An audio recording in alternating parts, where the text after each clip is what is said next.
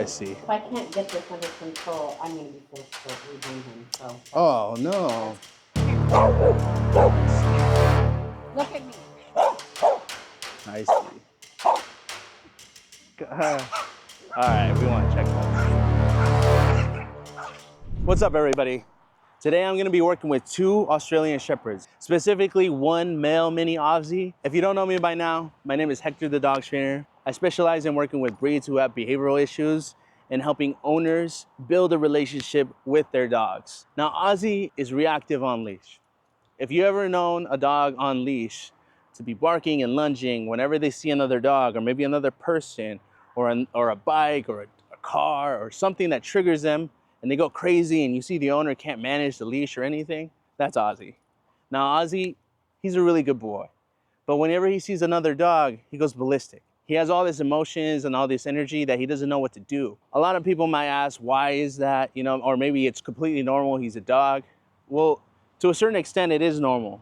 He's a working breed though.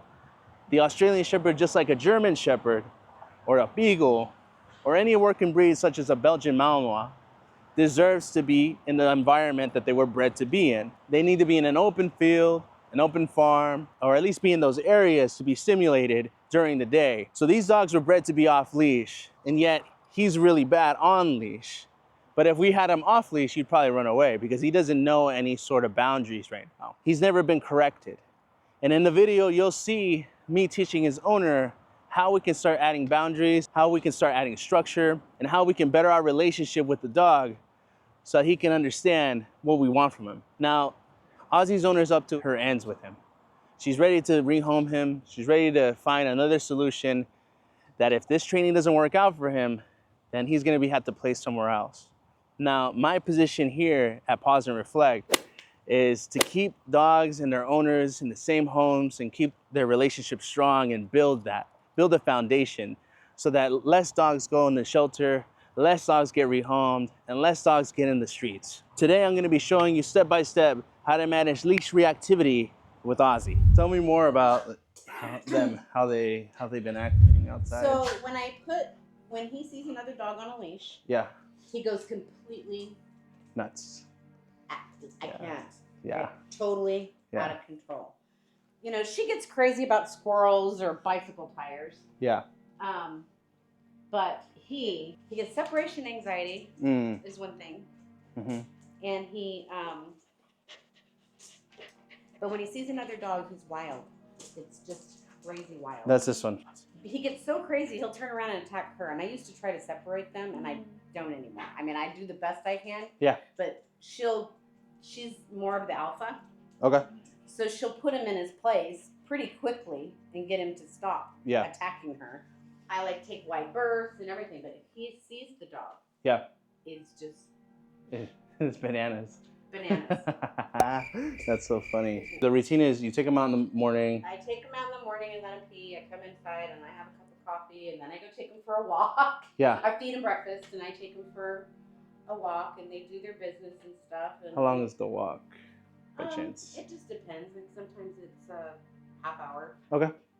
And then. And then I take him out again.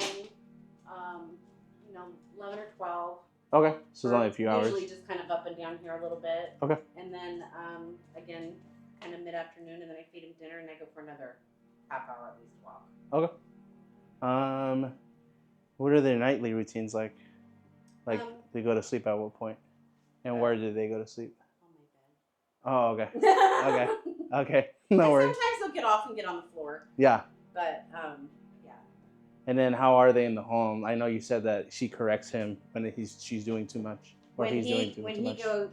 If he attacks her, she'll correct him. Yeah, so they play a lot in here, probably. They do play in here. So I see you have a crate. Do they understand what that is? Like, do you say like, oh, go to your crate or go to your bed? Do they do that? When I have company, I have them sleep in their crates. Okay. But no, he will not voluntarily go in there. 2 harnesses for 2 Aussies. Okay. We are going to learn today, Pipper. All right. If I can't get this under control, I'm going to be forced to rehome him. So. Oh no. That's kind of where I'm at. Oh yeah, no, I can see these guys Working great. All right, here we go. All right, he sees the dog.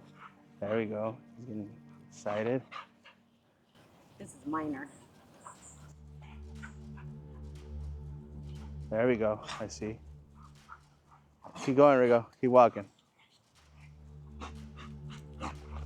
I see. I see. Keep going, Rigo.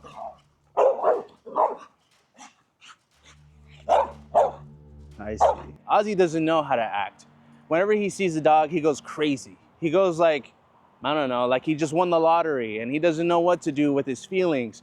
He's built up with so much pent-up energy that everything that goes around him is a trigger. So when something like this happens, what do?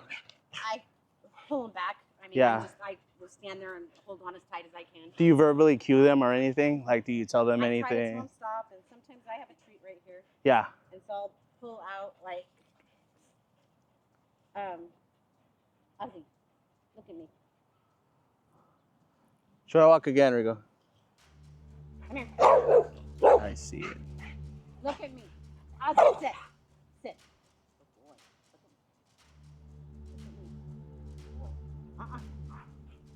Sit. Good boy. Sit. I see. I see. Okay. Let me grab that from you. All right, Ozzy. See what I mean? When you see him locking in on something like that, you can tell by his body language when he's going to start to react. So one head turn and he's looking and he's locked in. He's like, what is this dog doing? And then at that point is when you should be like, you know, like you were doing eyes on me.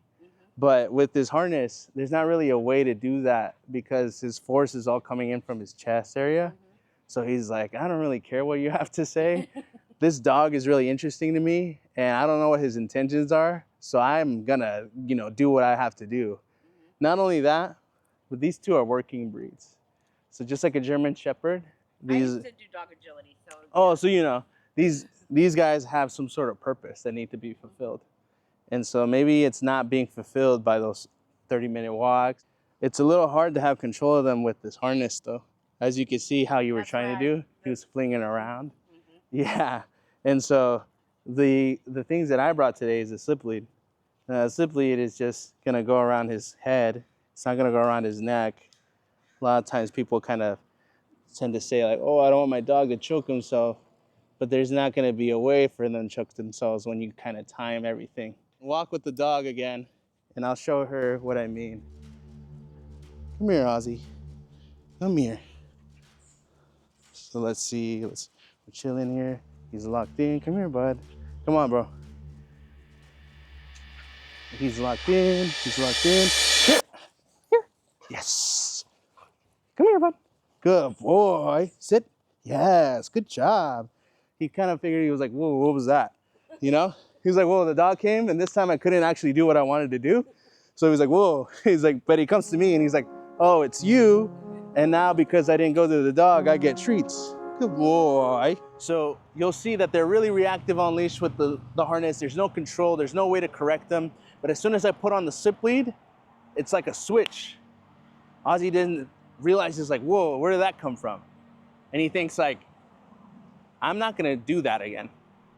It's a correction. It's a positive correction. Some people might think of it as like, oh, you're abusing the dog because you're popping the leash on them. But when really, no creature on earth has ever really purely associated anything with just positive reinforcement, full on positive. If I go and stick a fork inside an outlet and I think nothing's gonna happen and I get shocked, I'm not gonna do that again. So it's the same thing with a dog. I'm not doing this to abuse them or to make them feel bad or to make them hate me or get traumatized in any way. It's just an extension of me. The leash is just an extension of me so that when they're doing something wrong and I pop it, they understand that like, whoa, that was my owner telling me that I shouldn't be doing that. I crossed the line. And so that next time when something like that happens again, where I'm trying to go towards the outlet with the fork, then I'll pop the leash and then they're like, whoa, okay, my bad, I won't do that again. So that's the same thing. Weird analogy, I know. But I'm telling the dog that when there's another dog and they want to be crazy and I pop the leash, that no, that doesn't work here. You need to follow me and come here and stop acting a fool. And then they'll be like, oh, okay, my bad. Genetically, they're already in a state of super high intensity energy. Here, yes. And so when they're in that state, it's almost like a crazy person, you know? Yes.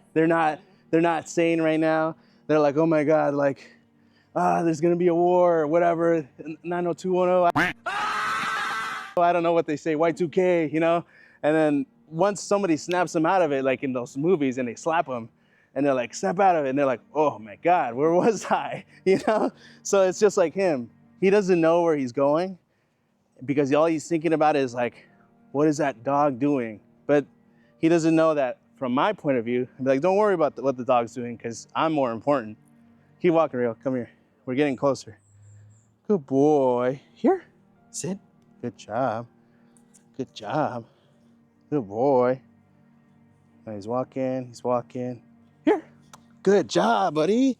Yes. Good job. So it was really fast. Right there, I didn't even give him a chance to really lock in and understand that dog is walking by him. I gave him the chance to look, and if I knew he was locking in, I popped his leash and I told him to come here, made myself look fun, and now he's okay.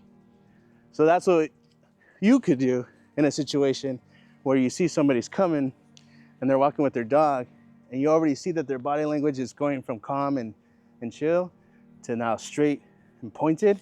Here, Ozzy. Yes. Good boy. Good job. For now, he's like chilling. Here, Ozzy. Yes. Good boy. Where I'm not giving him the chance to process all that information where he wants to go see that dog. I'm only having apply enough pressure where I go, pop, and he sees me. Here, bud. Good boy. It's not a pull, you know, it's not like this, or it's not like a that. It's just a quick pop. Here, boy. Yes. Good boy. So that's why I thought to myself, like, oh, he's gonna be fine. He just needs to understand direction. He needs to understand where you're going. Because right now he kind of thinks that he's leading everything, you know? He does think he's in charge. Yeah, and these dogs, I mean, they'll naturally think that because they're herders. They'll herd animals and stuff like that. But if they know who's leading and has actual control, or the leader of the pack, let's say, not an alpha, but let's say the leader of the pack, they'll follow you every single time. And the rule of thumb is 2 fingers. So if you can fit 2 fingers through this leash, it's tight enough, which is good. That's like the perfect amount you want. It's just 2 fingers. Okay. That way you're not hurting them. If you like this video, make sure to smash that like button, drop a comment. Let me know if you have an Australian Shepherd or if you have a reactive dog just like Ozzy. Tell me what worked for you and tell me what didn't work for you. Let's keep this conversation going, help other owners with reactive dogs, and let's keep dogs in their homes, keep them from getting rehomed, and keep them off the shelters. One of the things I tell owners is that when they properly socialize their dogs, like being from a far distance is good. Not greeting every single dog you see is like what socializing means. So it looks like right now he's not reacting. Isn't that crazy? He's kind of snapped out of it already. But I want to see how you do with the leash. Okay.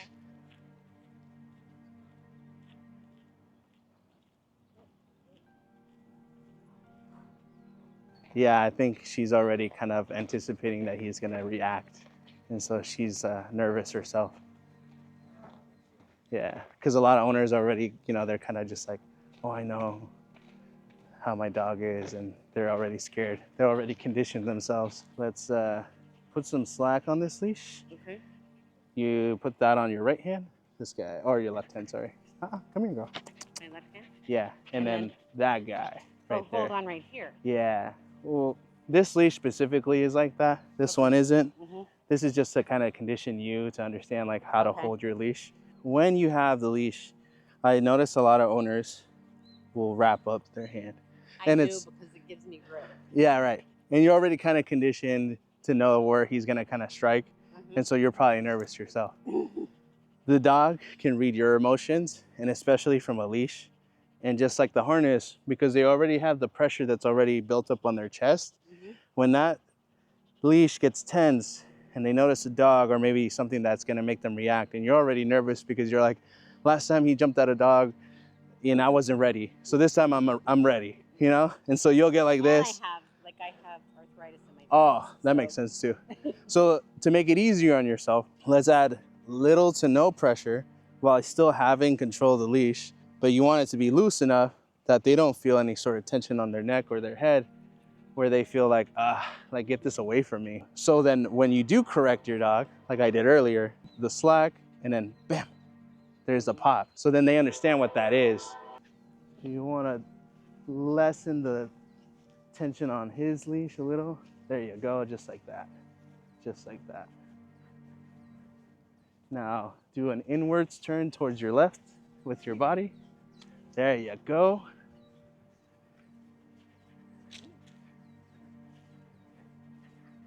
And now let's stop. Sit.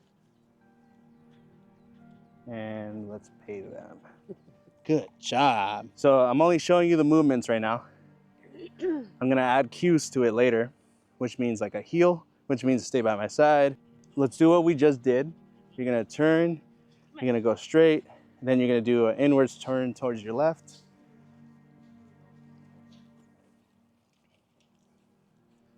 Let's turn. Your body, let's go, yes. No worries, she'll learn. Yeah, there you go. Now let's stop. He's noticed, he's focusing on you. Good job. Let's do that again, but let's add cues. We're gonna do that same motion, but instead, you're gonna say heel, let's walk, and we're walking. And then when you turn, you're gonna say heel again. And if they're with you, you're gonna say good heel, good job, you know? To give them praise of what they're doing. And when you stop, you're gonna just say sit. And if they don't sit, that's when you pop their collar. But it's just a flick of your wrist. So no power, just a flick of your wrist. So let's try that. Let's turn left, say heel. Now tell them good heel.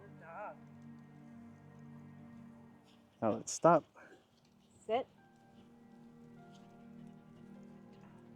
There you go. Now, when you're ready to release them from any sort of command, we'll use the word break. That just means you're free to do what you want. Let's keep going. And then now, when you see them straying away, we can say here and then put them back into a heel. So let's say break right now. Break. And walk. No, you'll walk with them. That means you'll walk with them. They don't know what that means yet. There you go. Let's take a left turn, say heel. There you go. Now say good heel.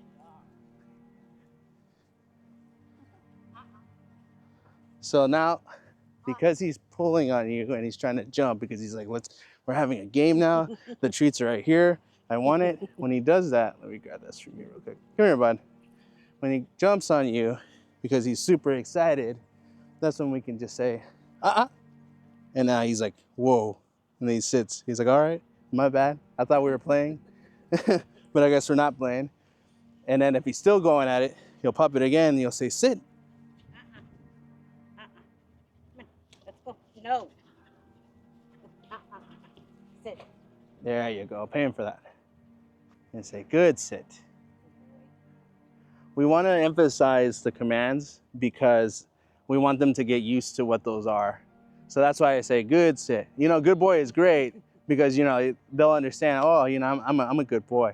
But to associate the command, to just say, what are we doing?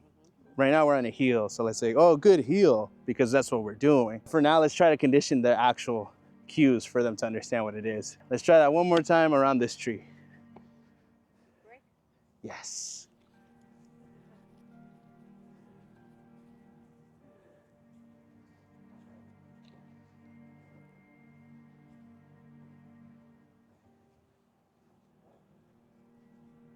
Now let's stop. Good, sit. There you go, and you pay him. Nice. See, these guys are super smart. That's why I was like, I know these guys are gonna click. It's gonna click in their heads. They know what's going on. Everything's a game to them. And that's like what working dogs are. This is what I love about them so much, is that they want to cooperate with you and they want to work for you. They're like, what can I do right now for you?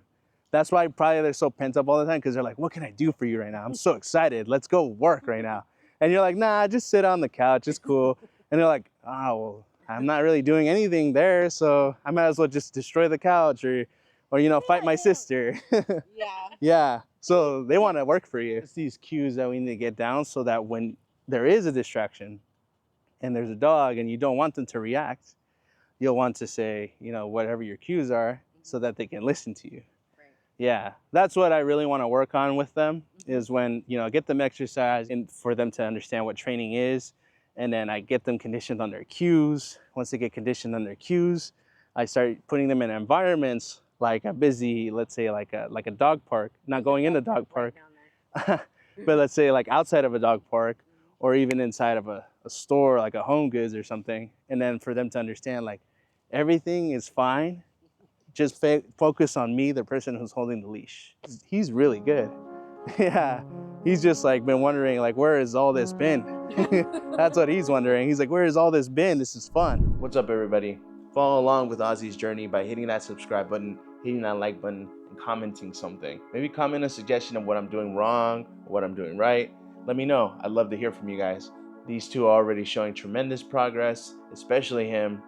And I can't wait to show you guys in the next video what I did to help with his reactivity. Pause and reflect.